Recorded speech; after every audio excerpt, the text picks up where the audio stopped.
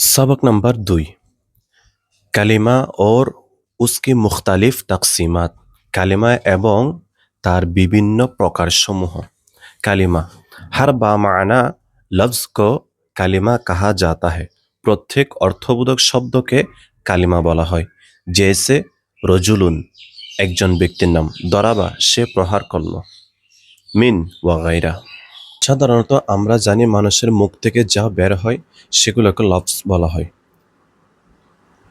লফজ এটা আবার দুই প্রকার মওজু মুহমাল মওজু মানে অর্থবোধক মুহমাল মানে অর্থ ছাড়া অর্থহীন মওজু এটা আবার দুই প্রকার মুফরাদ মুরাক্কাব মুফরাদ মানে একক শব্দ মুরাক্কাব মানে যৌগিক শব্দ মুফরাদের অপর নাম হলো কালিমা কালিমা মানে শব্দ বা পথ তার মানে কালিমার সংজ্ঞা দাঁড়ায় প্রত্যেক অর্থবোধক একক শব্দকে কালিমা বলে মুফরাদ মানে একক শব্দ আর মুফরাদের অপর নাম যেহেতু কালিমা সেহেতু একক শব্দ অর্থবোধক একক শব্দকে কালিমা বলে প্রত্যেক অর্থবোধক একক শব্দকে কালিমা বলে কিন্তু আমাদের কিতাবে বলা হচ্ছে হার বামানা লফজকো অর্থাৎ প্রত্যেক অর্থবোধক শব্দকে একক শব্দকে নয় প্রত্যেক অর্থবোধক শব্দকেই কালিমা বলে আমরা জানতাম একক শব্দকে কালিমা বলে কিন্তু এখানে বলা হচ্ছে প্রত্যেক অর্থবোধক শব্দকে এখন সেটা একক হোক সেটা যৌগিক হোক সেটাকে কালিমা বলে আমার মতে এই কিতাবে যেই সংজ্ঞাটি দেওয়া হয়েছে এটাই বেশি যুক্তিযুক্ত ওইটাও আগে আমরা যেটা জানতাম সেটাও ঠিক আছে কিন্তু এটা বেশি যুক্তিযুক্ত কারণ আমরা অনেক সময় কি লিখি লা ইলাহা ইল্লাল্লাহু মুহাম্মাদুর রাসূলুল্লাহ সাল্লাল্লাহু আলাইহি ওয়াসাল্লাম তো এখানে লা ইলাহা ইল্লাল্লাহু মুহাম্মাদুর রাসূলুল্লাহ এখানে তো একটি শব্দ নয় একটি কালিমা নয় অনেকগুলো কালিমা একসাথে শুধুমাত্র একটি শব্দ নয় অনেকগুলো শব্দ একসাথে কিন্তু তারপরেও এটাকে আমরা কালিমা বলি কি বলি কালিমায়ে তৈয়বা মানে কি এখানে কি একটা শব্দ অবশ্যই একটা শব্দ নয় এখানে অনেকগুলো শব্দ একসাথে আছে তো অনেকগুলো শব্দ একসাথে থাকা সত্ত্বেও এটাকে আমরা কি বলছি কালিমা বলছি সুতরাং বোঝা গেল কিতাবে যে কথাটা বলা হয়েছে যে হার বামানা লফজ কো কালিমা কাহা যাতা হ্যায় প্রত্যেক অর্থবোধক শব্দকে কালিমা বলা হয় কথাটি যুক্তিযুক্ত সেখানে একটি শব্দ হতে হবে কোনো কথা নেই অনেকগুলো শব্দ থাকলেও যদি সেটা অর্থবোধক হয় সেটাকে আমরা কালিমা বলতে পারবো এখন আসি কালিমার প্রকারভেদের মধ্যে সে আকসাম সে মানে হলো তিন अर्थात कलिमा तीन प्रकार कलिमा की तीन अकसाम इसिम फेल और हरफ को से अकसाम कहते हैं कलिमार तीन प्रकार इसिम फेल एवं हरफ के से अकसाम বলা হয় শেষ আকসাম এখানে সে শেষ এরপর আরেকটা পাওয়া যাবে হাফত ওগুলা হচ্ছে ফার্সি ভাষা শেষ আকসাম কালিমা কি ছে আকসাম কালিমার ছয় প্রকার सुलासी मुजर्रद सुलासी माजिद फी रुबाई मुजर्रद रुबाई माजिद फी खुमासी मुजर्रद खुमासी माजिद फी এই ছয় প্রকারগুলোকে শেষ আকসাম কাহা যাতা है শেষ আকসাম তথা ছয় প্রকার বলা হয় হাফত আকসাম হাফত মানে হলো সাত কালিমা কি সাত আকসাম কালিমার সাত প্রকার সহি মাহমুস মুদাআফ মেসাল আজওয়াফ নাকিস और লফিফ অর্থাৎ সহি মাহমুস মুদাআফ মেসাল আজওয়াফ নাকেস এবং লফিফ এগুলোকে হাফত আকসাম সে মৌসুম কিয়া যাতা है সাত প্রকার নামে নামকরণ করা হয় তাহলে আমাদেরকে বলা হচ্ছে কোনো সময় কালিমা তিন প্রকার কোনো সময় কালিমা ছয় প্রকার আবার কোনো সময় কালিমা সাত প্রকার কালিমা তিন প্রকার হলো ইসিম ফেল হরফ কালিমা ছয় প্রকার হলো সুলাসি মুজাররদ সুলাসি মাজিদ ফি রুবাই মুজাররদ রুবাই মাজিদ ফি খুমাসি মুজাররদ খুমাসি মাজিদ ফি আর কালিমা সাত প্রকার হলো সহি মাহমুস মুদাআফ মেসাল আজওয়াফ নাকিস और লফিফ এবং লফিফ ওগুলো সম্পর্কে বিস্তারিত আলোচনা আমাদের সামনে আসবে এখন আসি বিস্তারিত আলোচনায় সে আকসাম কা বয়ান কালিমার তিন প্রকারের वर्णना इससे मुराद कलिमा की वो तीन किस्में हैं जो अपने माना पर मुस्तकिलन दलालत करने या ना करने के एतबार से बनती है इससे मुराद एर থেকে উদ্দেশ্য কালিমা কি वो तीन किस्में हैं কালিমার ওই তিন প্রকার जो अपने माना पर যেগুলো নিজের অর্থের উপর মুস্তাকিল্লান দালালত করনে या না करने के एतबार से স্বাধীনভাবে নির্দেশ করা এবং না করার বিবেচনায় বানতি হ্যায় গঠিত হয় অর্থাৎ কালিমার তিন প্রকার দ্বারা ওই সমস্ত প্রকার উদ্দেশ্য যে সমস্ত প্রকার নিজের অর্থ নিজেই স্বাধীনভাবে প্রকাশ করা এবং না করার বিবেচনায় গঠন হয় यानी अर्थात इसिम फ़ेल और हरफ अर्थात इसिम फ़ेल हरफ इसिम वो कलमा जो दूसरे कलमा से मिले बगैर अपने माना पर दलालत करे और उसका माना किसी ज़माने माजी हाल या मुस्तकबिल के साथ मिला हुआ ना हो इसिम इसिम वो कलिमा इसिम ওই কালিমা जो दूसरे कलिमा से मिले बगैर যা অন্য শব্দের সাথে মিলিত না হয়ে अपने माना पर নিজের অর্থের উপর দালালত করে নির্দেশ করে और उसका माना এবং তার অর্থ किसी ज़माने কোনো কাল অর্থাৎ মাজি হাল মুস্তাকবিল অতীত বর্তমান ভবিষ্যৎ সে মিলা হুয়া না হো মিলিত হয় না অর্থাৎ ইসিম ওই কালেমাকে বলে যা অন্য শব্দের সাথে মিলিত না হয়ে নিজের অর্থের নিজেই প্রকাশ করতে পারে এবং তার অর্থ অতীত বর্তমান ভবিষ্যৎ কোনো কালের সাথে মিলিত হয় না যেইসে যেমন জাইদুন জায়েদ একজন ব্যক্তির নাম দরিবুন প্রহারকারী মানসুরুন সাহায্যপ্রাপ্ত তাহলে দেখা যাচ্ছে জাইদুন শব্দের অর্থ জায়েদ এটার অর্থ প্রকাশ করার জন্য অন্য কোনো কালিমার বা অন্য কোনো শব্দের সাহায্যের প্রয়োজন হচ্ছে না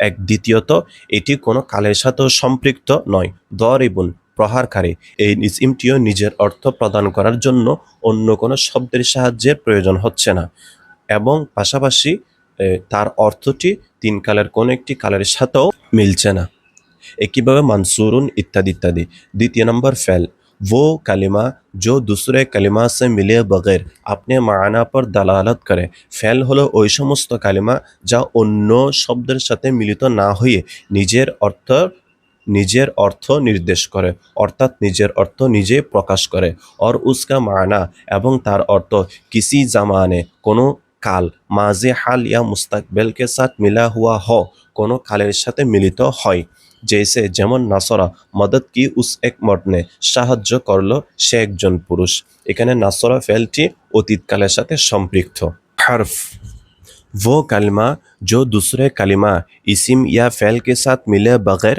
अपने माना पर दलालत ना करे हर्फ হলো ওই কালিমা যা অন্য কালিমা তথা ইসিম অথবা ফেলের সাথে মিলিত না হয়ে নিজের অর্থ নিজে প্রকাশ করতে পারে না জেসে মিন ইলা যেমন মিন ইলা ওগুলো হচ্ছে হরফ ওগুলার অর্থ প্রকাশ করার জন্য ফেল অথবা ইসিমের সাহায্য লাগবে ফেল অথবা ইসিমের সাহায্য ছাড়া হরফ তার নিজের অর্থ নিজে প্রকাশ করতে পারে না এখানে যদি আমরা একটা উদাহরণ দেখি এখানে যা আর শব্দের অর্থ হচ্ছে এসেছে এটা হচ্ছে যা আর শব্দের অর্থ হচ্ছে এসেছে আর যা আর শব্দটি ফেল এটা আমরা কিভাবে বুঝলাম কারণ আমরা ফেলের সংজ্ঞার মধ্যে পড়েছিলাম ফেল ওই কালিমাকে বলে যা নিজের অর্থ নিজে প্রকাশ করতে পারে কিন্তু তিন কালের কোনো একটি কালের সাথে সম্পর্ক রাখে এখানে দেখা যাচ্ছে যা আ শব্দের অর্থ এসেছে এই এসেছে অর্থটা দেওয়ার জন্য যা আ শব্দটির অন্য কোনো শব্দের সাহায্যের প্রয়োজন হয়নি কিন্তু এই এসেছে অর্থটি তিন কালের এক কাল অর্থাৎ অতীতকালের সাথে সম্পর্ক রেখেছে অতীতকালের সাথে সম্পৃক্ত যেহেতু অন্য কোনো শব্দের সাহায্য ছাড়া অর্থ প্রকাশ করতে পেরেছে আর সেই অর্থটা কালের সাথে সম্পৃক্ত সুতরাং যা আ শব্দটি যা আ কালিমাটি হচ্ছে ফেল এবার আসি হামেদুন হামেদুন শব্দের অর্থ হচ্ছে হামেদ একজন ব্যক্তির নাম এই শব্দটি বা এই কালিমাটি হচ্ছে ইসিম আমরা কিভাবে বুঝেছি কারণ হামেদুন শব্দটির অর্থ দেওয়ার জন্য হামেদ শব্দটি অন্য কোনো কালিমার সাহায্য নেয়নি এক নম্বর দ্বিতীয় নম্বর এই কালিমা তার অর্থটি তিন কালের কোনো একটি কালের সাথে হামেদুন অর্থ যে হামেদ একজন ব্যক্তির নাম এই অর্থটি তিন কালের কোনো একটি কালের সাথে সম্পৃক্ত নয় তো আমরা ইসিমের সংজ্ঞার মধ্যে পড়েছিলাম ইসিম ওই কালেমাকে বলা হয় যা নিজের অর্থ নিজে প্রকাশ করতে পারে এবং তিন কালের কোনো কালের সাথে সম্পর্কও রাখে না, তাহাকে ইসিম বলা হয়। সুতরাং হামেদ শব্দটি নিজের অর্থ নিজে প্রদান করেছে কোনো কালিমার সাথে সম্পর্ক না রেখে, এবং ওই অর্থটি অন্য কোনো কালের সাথে সম্পর্ক রাখে না, অন্য কোনো তিন কালের কোনো কালের সাথে সম্পৃক্ত নয়।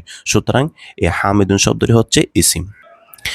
তো হামিদুন যেভাবে ইসিম, মক্কা, মদিনা ওগুলাও সেভাবে ইসিম, কারণ এই সমস্ত কালিমাগুলো নিজের অর্থ নিজে প্রকাশ করার জন্য অন্য কোনো কালিমার সাহায্যও নিচ্ছে না, পাশাপাশি কোনো একটি কালের সাথেও সম্পৃক্ত হচ্ছে না। সুতরাং এই তিনটি কালিমা হচ্ছে এখানে ইসিম। এবার আসি হরফ। হরফ হচ্ছে মিন এবং ইলা। মিন শব্দের অর্থ হচ্ছে থেকে। এখন আমি যদি আপনার সামনে গিয়ে বলি মিন অর্থ হচ্ছে থেকে বা শুরু করে, আগে পরে যদি আর কিছু না বলি আপনি বুঝবেন না এটার অর্থ কি হতে পারে। সুতরাং মিন নিজস্বভাবে নিজের অর্থ প্রকাশ করতে সক্ষম হচ্ছে না। তো এখন আমি যদি মিনের আগে পরে ইসিম বা ফেল যুক্ত করে দিই, যেমন আমি বললাম যা আ হামেদুন মিনাল মাক্কাতি, হামেদ মক্কা থেকে শুরু করে, এই মক্কা থেকে বলে যখন এই মক্কা ইসিমটা মিনের পরে যুক্ত করে দিলাম, তখন মিনের একটা অর্থ আসছে, সেটা কি মক্কা থেকে। এমনি শুধুমাত্র মিন শব্দের অর্থ থেকে, তখন কোনো অর্থ আসতেছে না। কিন্তু যখন বললাম মিনাল মক্কাতি, মক্কা থেকে, তখন আপনার অর্থটা বোঝা আসতেছে যে না মক্কা থেকে শুরু করা হয়েছে। তারপরে বললাম ইলা, পর্যন্ত বা দিকে। তো শুধুমাত্র ইলা বললে অর্থটা পরিপূর্ণভাবে বোঝা যাচ্ছে না, কিন্তু যখন বললাম ইলাল মদিনা, মদিনা পর্যন্ত বা মদিনার দিকে, তখন অর্থটা বোঝা আসছে।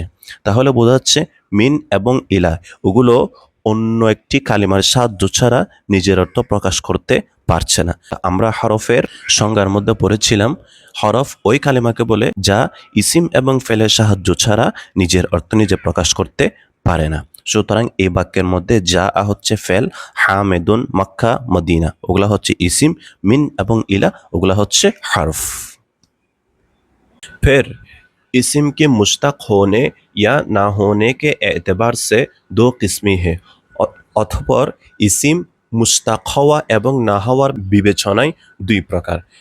এখন প্রশ্ন হচ্ছে মুশতাক মানে কি? মনে রাখতে হবে মুশতাক মানে হলো বের হওয়া বা যেটা ফেটে বের হয়। যেমন আমরা যদি আম গাছ রোপণ করতে চাই, তাহলে আমাদের আমের বুটি রোপণ করতে হবে। তো আমের বুটিকে ভেদ করেই ছিঁড়েই চারা বের হয়, এটাকেই বলা হয় মুশতাক। তো ঠিক তদ্রূপ যেই সমস্ত ইসিম মাসদার থেকে বা ফেল থেকে ফেটে বের হয় সেগুলোকেই ইসমে মুশতাক বলা হয়। তাহলে মুশতাক হওয়া, বের হওয়া এবং না হওয়ার বিবেচনায় ইসিম দুই প্রকার। এক নম্বর ইসমে মুশতাক, দুই নম্বর ইসমে জামেদ। इसमें मुश्तक वो इस्म जो किसी दूसरे कलिमा से बनाया जाए, ওই ইসিম যা অন্য কোনো কালিমা থেকে বানানো হয়। যেমন নাসিরুন মদদ করনে ওয়ালা, সাহায্যকারী। ইয়ানসুরু সে বানায়া গিয়া হে, এই নাসিরুন ইসিমটি ইয়ানসুরু ফেল থেকে বানানো হয়েছে। और ইউনসরু সে মনসুরুন, আর ইউনসরু ফেল থেকে মনসুরুন ইসিমটি বানানো হয়েছে। ইসমে মুশতাকি 7 কিসমি হে। ইসমে মুশতাক 7 প্রকার। ইসমে ফাইল, ইসমে মফউল, ইসমে তফজিল, সিফাত মুশাব্বাহ, ইসমে মুবালাগা, ইসমে জরফ, ইসমে আলা। ওগুলোর বিস্তারিত আলোচনা সামনে আসবে। इसमें जामिद वो इस्म जो किसी दूसरे कलिमा से ना बनाया जाए, ওই ইসিম যা অন্য কোনো কালিমা থেকে বানানো হয়নি, অন্য কোনো কালিমা থেকে বানানো হয় না। ইসমে জামেদ কি 2 কিসমি है। ইসমে জামেদ দুই প্রকার, এক ইসমে জাত, দুই ইসমে মানা। ইসমে জাত সত্তাবাচক বিশেষ্য। तमाम ऐसी चीज़ों के नाम जो अपने पाए जाने में किसी दूसरी चीज़ के मुहताज नहीं होते और जिन्हें उमूमन हवास से महसूस किया जा सकता है, और ये अक्सर मौसूब बनती है, ख़ुद किसी वस्फ़ी माना पर दलालत नहीं करते। तमाम ऐसी चीज़ों के नाम एमन समस्त जिनिसेर नाम जो अपने पाए जाने में যা নিজের অস্তিত্বের জন্য কিসি দুসরি চিজ কি মুহতাজ নেহি হতে, অন্য কোনো কিছুর মোকাবেকি হয় না।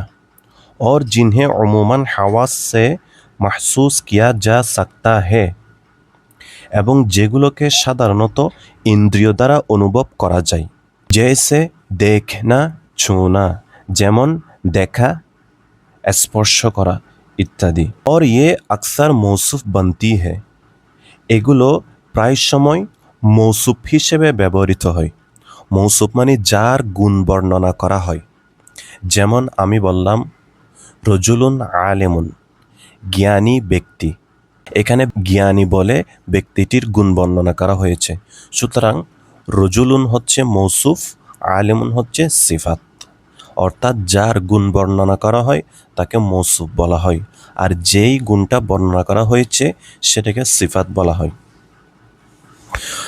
তো বলা হচ্ছে ইসমে জাত ইয়ে আকসার মৌসুফ বনতি হে এগুলো প্রায় সময় মৌসুফ হিসেবে ব্যবহার হয় और ख़ुद किसी वस्फ़ी माना पर दलालत नहीं करते এবং এগুলো কোনো গুণবাচক অর্থের দিকে ইঙ্গিত করে না গুণবাচক অর্থের দিকে নির্দেশ করে না গুণবাচক অর্থের দিকে নির্দেশ করে না মানে হলো সেগুলো নিজে সিফাত হিসেবে ব্যবহার হয় না অর্থাৎ অন্য কোনো ইসিমের গুণ বর্ণনা করে না বরং তাদের গুণ অন্যান্য ইসিম বর্ণনা করে যেমন জাইদুন একজন ব্যক্তির নাম এখন জায়েদ শব্দটি তার অস্তিত্ব প্রকাশের জন্য অন্য কোনো বস্তুর সাহায্যের প্রয়োজন নেই সহজ কথায় ইসমে জাত হলো এমন সব নাম যা কোনো ব্যক্তি বস্তু বা প্রাণীর নিজস্ব সত্তাকে বোঝায় সত্তা মানে হলো যার অস্তিত্ব আছে তাহলে ইসমে জাতের প্রধান বৈশিষ্ট্য হচ্ছে দুটি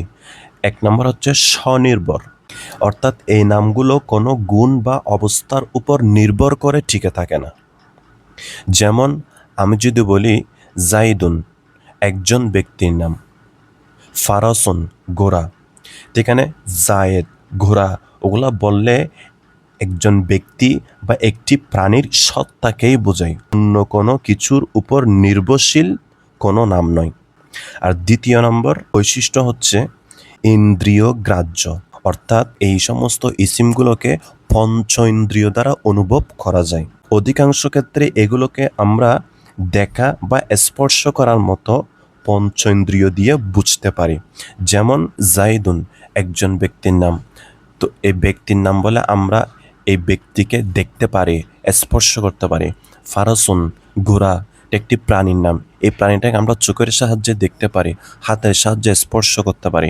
শামসুন সূর্য শামসুন সূর্য তো সূর্যকেও আমরা দেখতে পারি এখন এখানে দেখা যাচ্ছে জাইদুন ফারাসুন শামসুন ওগুলার পাশাপাশি আরও দুটো উদাহরণ দেওয়া হয়েছে একটা হচ্ছে জুঅন আর একটা হচ্ছে আতশুন জুঅন মানে ক্ষুধা আতশুন মানে পিপাসা এখন প্রশ্ন হতে পারে জুঅন মানে ক্ষুধা আতশুন মানে পিপাসা ওগুলা তো দেখা যায় না স্পর্শ করা যায় না তাহলে ওগুলা কিভাবে ইসমে জাত হয় এটার উত্তর হচ্ছে এগুলো আমাদের শরীরের অভ্যন্তরীণ অবস্থার একটি নিজস্ব সত্তা বা নাম হিসেবে গণ্য করা হয়েছে মোট কথা যেসব নাম কোনো গুণবাচক অর্থের বদলে সরাসরি কোনো কিছুর সত্তা বা নামকে বোঝায় তাকেই ইসমে জাত বলা হয় इसमें माना तमाम ऐसी चीज़ों के नाम जो अपने पाए जाने में किसी दूसरी चीज़ की मोहताज हो और जिन्हें अमूमन हवास से महसूस करने के बजाय अक़ल से जाना जाता है और यह ख़ालस वस्फ़ी माना पर दलालत करते हैं और सिफत बनते हैं तमाम ऐसी चीज़ों के नाम एमन समस्त जिनिसेर नाम जो अपने पाए जाने में जा निजेर अर्थ प्रकाशेर जन्य दूसरी चीज़ की मोहताज हो অন্য কোনো জিনিসের উপর নির্ভরশীল বা অন্য কোনো জিনিসের প্রতি মুখাপেক্ষী और जिन्हें अमूमन हवास से महसूस करने के बजाय এবং যেগুলোকে পঞ্চেন্দ্রিয় দিয়ে অনুভব করার পরিবর্তে আকল সে জানা যাতা है বুদ্ধি দিয়ে উপলব্ধি করা যায় जैसे देखना छूना যেমন দেখা স্পর্শ করা অর্থাৎ যে সমস্ত জিনিসকে দেখা যায় না স্পর্শ করা যায় না শুধুমাত্র বুদ্ধি দিয়ে উপলব্ধি করতে হয় और ये खालस वस्फ़ी माना पर दलालत करते हैं এবং এগুলো বিশুদ্ধভাবে গুণবাচক অর্থের দিকে ইঙ্গিত করে অর্থাৎ এগুলো শুধুমাত্র অন্য ইসিমের গুণ প্রকাশ করে, গুণ বর্ণনা করে। और সিফাত बनते हैं এবং বাক্যের মধ্যে সিফাত হিসেবে ব্যবহৃত হয়। সিফাত মানে হলো গুণ, অর্থাৎ যে ইসিমটা অন্য ইসিমের গুণ বর্ণনা করে। এই ইসমের কিছু বৈশিষ্ট্য রয়েছে, ইসমে মায়নার কিছু বৈশিষ্ট্য রয়েছে। তার মধ্যে এক নম্বর হচ্ছে নির্ভরশীলতা, অর্থাৎ কোনো গুণ বা অবস্থা একা টিকে থাকতে পারে না, তার জন্য কোনো সত্তা বা ইসমে জাত প্রয়োজন হয়। যেমন সুজাউন অর্থ হচ্ছে সাহসী। এই সাহসী নামক গুণটা একা একা টিকে থাকতে পারে না, এর জন্য একজন ব্যক্তির প্রয়োজন। সাহসী নামক গুণটা একা অস্তিত্বের মধ্যে আসতে পারে না, এর জন্য একজন রজুল তথা ব্যক্তির প্রয়োজন। যখন একজন ব্যক্তির সাথে সাহস গুণটা যুক্ত হবে, তখনই এই সাহস গুণটা অস্তিত্বের মধ্যে আসবে। সুতরাং বোঝা গেল রজুলুন সুজাউন, সাহসী ব্যক্তি। এখানে রজুলুন শব্দটি মৌসুফ। মৌসুফ কেন? কারণ রজুলুন দুটির গুণ বর্ণনা করা হচ্ছে, তো যার গুণ বর্ণনা করা হয় তাকে বলা হয় মৌসুফ। ইসমে জাত বাক্যের মধ্যে প্রায় সময় মৌসুফ হিসেবে ব্যবহার হয়, যা নিজের অস্তিত্ব প্রকাশে অন্য কোনো বাক্যের সাহায্যের প্রয়োজন হয় না, অন্য কোনো বাক্যের প্রতি অমুখাপেক্ষী থাকে। আর সুজাউন অর্থ হচ্ছে সাহসী, এই বাক্যটা এখানে রজুলুন ইসিমের গুণ বর্ণনা করছে। যেই শব্দটা গুণ বর্ণনা করে তাকে সিফাত বলা হয়। সুতরাং যে শব্দটা অন্য শব্দের গুণ বর্ণনা করে তাকে সিফাত বলা হয়, আর যার গুণ বর্ণনা করা হয় তাকে মৌসুফ বলা হয়। এখানে যেহেতু সুজাউন শব্দটি বাক্যে সিফাত হিসেবে ব্যবহার হচ্ছে, সুতরাং এই ইসিমটা হচ্ছে ইসমে মায়না। রজুলুন ছাড়া সুজাউন অস্তিত্বের মধ্যে আসতে পারবে না, কিন্তু সুজাউন ছাড়া রজুলুন অস্তিত্বের মধ্যে আসতে পারবে। সুতরাং রজুলুন ইসমে জাত আর সুজাউন হচ্ছে ইসমে মায়না। ইসমে মায়নার দ্বিতীয় বৈশিষ্ট্য হলো বুদ্ধিভিত্তিক অনুভূতি, অর্থাৎ এগুলো চোখ বা হাত দিয়ে ধরা যায় না, বরং বুদ্ধি দিয়ে অনুভব করতে হয়। আর তৃতীয় বৈশিষ্ট্য হলো গুণবাচক। এই সমস্ত ইসিমগুলো গুণের উপর ভিত্তি করে তৈরি হয় এবং বাক্যে সিফাত হিসেবে ব্যবহৃত হয়। इसके कुछ अमसीला ये है, অর্থাৎ ইসমে মায়নার কিছু উদাহরণ হলো মাসাদির, জৈসে নসরুন সাহায্য করা, দরবুন প্রহার করা, তারপরে আসমায়ে জামান অর্থাৎ কালবাচক ইসিম, সময়বাচক ইসিম, যেমন হেনুন এখন, কবেলুন পূর্বে, বাদুন পরে। আসমায়ে মাকান স্থানবাচক ইসিম, জেসে যেমন খলফুন পেছনে, আমামুন সামনে, ওয়াস্তুন মধ্যে। তারপর আসমায়ে আদাত, আদাত মানে হচ্ছে সংখ্যাবাচক ইসিম, যেমন সালাসাতুন 3, খমসাতুন 5, আশারাতুন 10, মিআতুন 100। नोट, अस्माए मुश्तक्का अगरचे सिफाती मायना पर दलालत करते हैं। अस्माए मुश्तक्का যদিও গুণবাচক অর্থ প্রকাশ করে, লেকিন চুঁকে वो মুশতাক है, কিন্তু যেহেতু আসমায়ে মুশতাক্কা অন্য শব্দ থেকে বের হয়, অর্থাৎ মাসদার এবং ফেল থেকে বের হয়, জামেত নেহি, সেগুলো জামেত নয়, इसलिए इसकी तकसीम में दाखिल না होंगे, সেজন্য আসমায়ে মুশতাক্কা এই প্রকারের অন্তর্ভুক্ত হবে না। এখন আসি সওয়ালাত ও মশক। सवाल नंबर 1, से अक़साम, शश अक़साम और हफ्त अक़साम किसे कहते हैं? সে আকসাম, শেষ আকসাম और হাফত আকসাম কাকে বলা হয়? আমরা পড়েছিলাম সে আকসাম মানে 3 প্রকার, শেষ আকসাম মানে 6 প্রকার, হাফত আকসাম মানে 7 প্রকার, যেগুলো পূর্বে আলোচনা হয়েছে। सवाल नंबर 2, इसिम फ़ेल और हर्फ की तारीफ़ात माआ अमसाला बयान फरमाए।